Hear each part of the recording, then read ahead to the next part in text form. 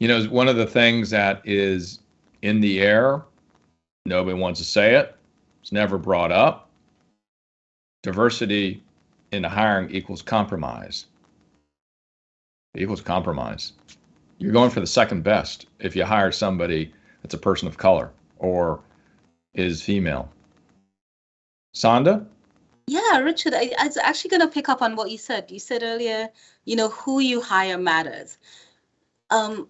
If I was to build up that, I'd also say that, companies need to think about this, or institutions or whatever, because, for the next generation, they cannot become what they have not seen, right? So if you have, company to think about, if you create a non-diverse workforce, right? It is highly unlikely that a person entering that workforce, a person of color or a minority, will be able to reach the aspirations of others. If you haven't seen a woman in leadership, if you haven't seen a person of color or minority in leadership, if you haven't seen, a female engineer, you haven't seen a black engineer, you haven't seen, whatever it may be, I think that you fundamentally also run the risk of shattering the aspirations and ambitions of a next generation. I think it's really, really important to also think about what the future aspect of this is. So it's not just who you hire matters for that point in time, but we truly do set a precedence and limit aspirations and ambitions for future generations. Diversity really also does help chart ways of growth and career aspirations for a whole generation out there. Yeah, look, they say if you got the right brain, it's okay, but don't overemphasize just this. But, in a lot of cases, just this is the first step. Brogan, what are the top 3 ingredients and this is, you put on your Brogan hat. Okay, I know you're not going to represent Heineken on this, but because you're an experienced professional, I'm absolving you from. So don't worry about that. You're not going to have that one-on-one after our conversation today.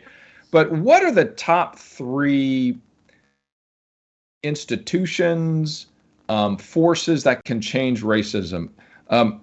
Business is in the mix. Government is in the mix. CBOs, NGOs are in the mix. What individuals do is in the mix. Where you live is in the mix. What would you say would be the top 2 or 3, and include business in those top 2 or 3? Oh gosh, that's a big question. Because a lot of people say government is it, right? Or it's going to be business is it, and I just want to kind of get a sense of where you put that into the mix. You know what? For me, I think government and businesses is 2 different things. They have 2 different roles, and they both play of equal importance for different reasons. If I can touch on business, and I think for me, working in FMCG, what's so important in working for a company like Heineken, we sell beer and we sell a product to consumers. And actually, the consumer and the younger generation that's coming through, being relevant and being authentic and being credible is so important to them. And we want to be able to leverage our brands to be able to talk to this audience. But we can only do that if we have the right business structure in place to be able to make the steps forward. I hope I make myself clear. What I'm trying to say is that for brand builders, it's so important that we make these steps, but we can only do that once the business structure is in the right place to be able to do it. Do you see what I mean? I do, absolutely. You got to build up the muscle set to be able to jump, and it comes over time. It's about the small reps, right? So that when things like what we've seen in the last 5 years happens to our organizations or to ourselves, we're ready to leap. You don't all of a sudden get to be able to understand the dynamic of fighting racism by not exercising. It takes time, and I think it's part of us accepting what you're saying, that there are baby steps to get to the point where organizations and institutions of profit and that are not for profit can get there. And sometimes we want that instant switch. One of the things, Roya, that did not exist 5 or 10 years ago is the supreme expectation that all businesses were social impact businesses. We don't even have that category anymore. Used to be, oh yeah, you want to be a social impact business. Well, there's no such thing as that now. Everybody needs to be a social impact business. And if you don't say anything, guess what that means? It means you're opting out to caring. If you silence equals opting out to caring. That's totally different than the expectation for-profit organizations even 5 or 10 years ago. How have you brought that into your leadership in your company? I mean, 10 years ago, when I started my business, for me, it's not only to create a profit, because if you only wants to profit from the people and not giving back to community, it wasn't really make sense for me. That's why I was part of the journey of my business to giving back to the community, because you make money with the people, and it's also needs to giving back to the same community. And I think that right now, like, even with what is happening with the pandemic, we have seen that many of the businesses right now are trying to have a social impact. And even for we hear that around $50 billion, they raised, the big companies in the United States, they coming together to raise money for the like companies like, Apple, Facebook, Pfizer, and Johnson & Johnson. All of this corporate claim that, can you,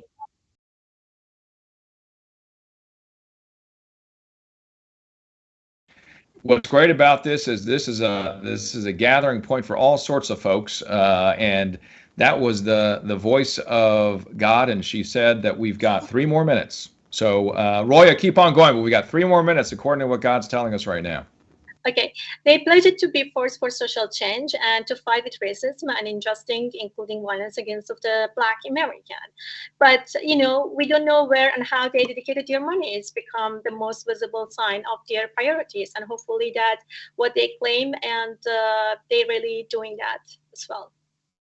Fantastic. And great poise as we had the voice of God, and she was, reminding us that we got to keep on moving here, Roya. Sanda, how do we operationalize this? If I gave you one wish, the genie, I got the bottle here, and we get to do something for business, and there are no constraints here, what would you do to operationalize anti-racism in a business to help not only the institution, but also culture?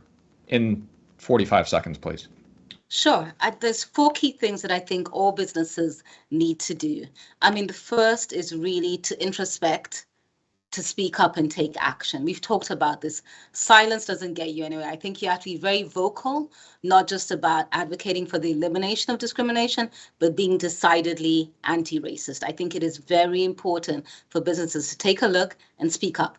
The second thing is, I think for business leaders, they need to show true leadership in this issue. It is not enough to hide behind a policy or a document or a training. Leaders, again, need to educate themselves, look at any resources they need, and encourage employees really to do the same. I think it's absolutely critical. The third is, I think, you need to look at your policies, because not all policies may be decidedly neutral or racially blind. I think that there are, as we said, racism is a systemic issue. We need to look at what may be the challenges within your organization that perpetuate these biases. It could be in hiring, could be in training, it could be in inclusivity. I think it's very, very important to do that. And the last piece for me, given where we are, and especially for leaders, is to look at racism and look at the challenges around an intergenerational transition. We really do need to make some decided actions that do not carry this forward into the next generation. It's been years of racism and bias. It needs to stop. Yeah, Sanda, thank you for that. And operationalizing these things, not easy. I mean, one of the things that popped in my mind is porpoising for the leaders. They must not only do the strategic 50,000 discussions, which are so difficult, but they, as I was saying earlier, must also volunteer in a community-based organization, unlike their own community, for 5 hours a month.